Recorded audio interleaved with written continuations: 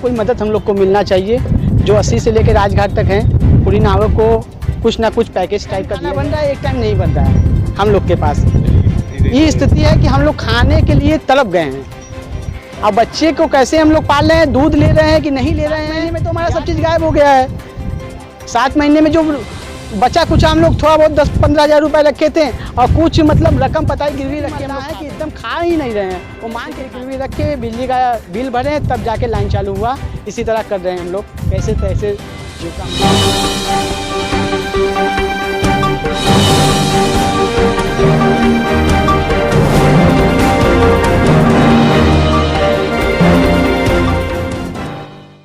वाराणसी में तेजी से बढ़ते गंगा का जलस्तर अब रौद्र रूप लेने लगा है। काशी में 84 घाटों का संपर्क पूरी तरीके से टूट चुका है। गंगा के साथ वरुणा भी उफान पर है। गंगा के जलस्तर में हर घंटे 2 सेमी का इजाफा हो रहा है। घाट किनारे रह रहे लोग दहशत में हैं, तो वहीं शहर के निचले हिस्सों में एक बार फिर बाढ़ का खौफ सताने लगा है। लोग प्लान करने की तैयारियों में जुट चुके हैं। केंद्रीय जल आयोग के मुताबिक पानी अभी और बढ़ेगा, साथ ही वृद्धि की गति तेज रहेगी। अब तक गंगा का जलस्तर 68.22 मीटर दर्ज किया गया। गंगा का चेतावनी बिंदु 70.26 मीटर है। बढ़ते गंगा के जलस्तर से दशाश्वमेध घाट स्थित मां शीतला का मंदिर पूरी तरह जलमग्न हो चुका है। लगातार बढ़ते जलस्तर ने घाटों पर बने जल पुलिस कार्यालय को भी अपने आगोश में ले लिया है, जिससे तीर्थ पुरोहितों और घाट के आसपास दुकान लगाने वालों को खाने के लाले पड़ गए हैं।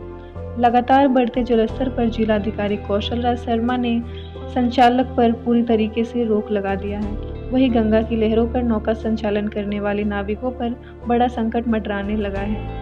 काशी में असंख्य नाविक अपने घर में रहे गहने को गिरवी रख जीविकापार्जन करने को मजबूर है। 84 घाटों से जुड़े हजारों नाविकों परिवार का हाल बेहाल हो चुका है। पहले लॉकडाउन की मार झेल रहे थे, ऐसे में किसी हाल में नौका संचालन का आदेश हुआ, फिर बढ़ते जलस्तर ने इनकी कमर तोड़ दी है। मेरा नाम विनोद निषाद है। देखिए, पहले तो हम लोग जो 3 महीना पहला लॉकडाउन था उसमें हम लोग कैसे जीविका पालन कर लिए, फिर कम से कम हो गया 7 महीना होने वाला है।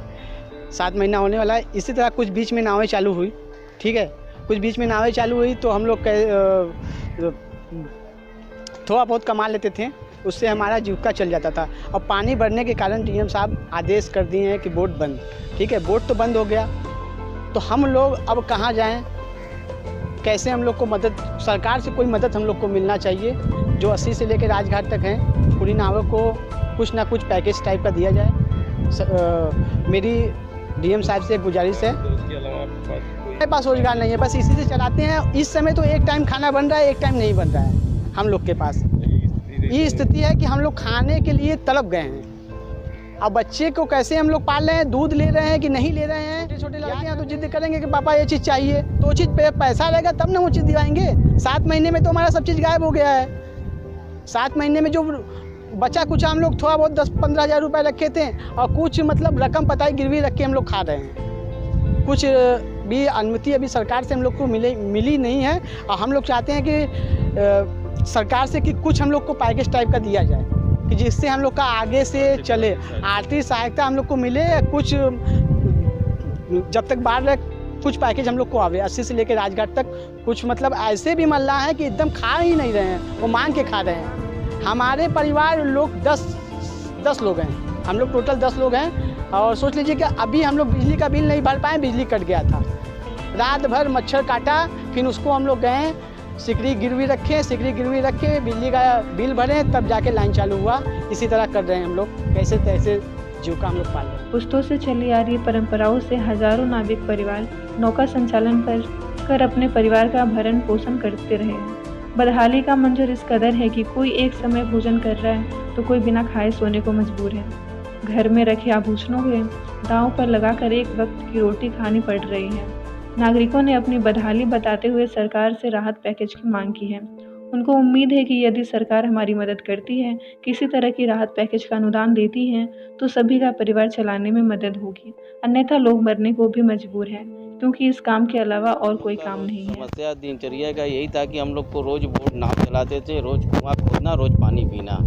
तो अब आज मार्च से हम लोग की बोट जो है बंद है, लॉकडाउन से बोट बंद है। महामारी तो भाई ऐसा आ गया कि वो तो ले बीता सबको। और अब चला रहे हैं, जैसे क्या बताएं, बहुत मजबूरी आ गया है चलाने में। और हम लोग जिला अधिकारी साहब से भी अगर अनुरोध करेंगे कि हम लोग को आर्थिक स्थिति का और हमारी जो है कुछ मदद करें नाविकों का जो है। इतना प्रधानमंत्री का ये जो है बनारस संसदीय क्षेत्र है और हम उनसे भी निवेदन करेंगे कि और भी अच्छी तरह से हम लोग को आर्थिक स्थिति से वो निजात दिलाएं। जो है हम लोग का जो चल रहा है स्थिति इस समय एकदम भूखमरी के कगार पे है जो है।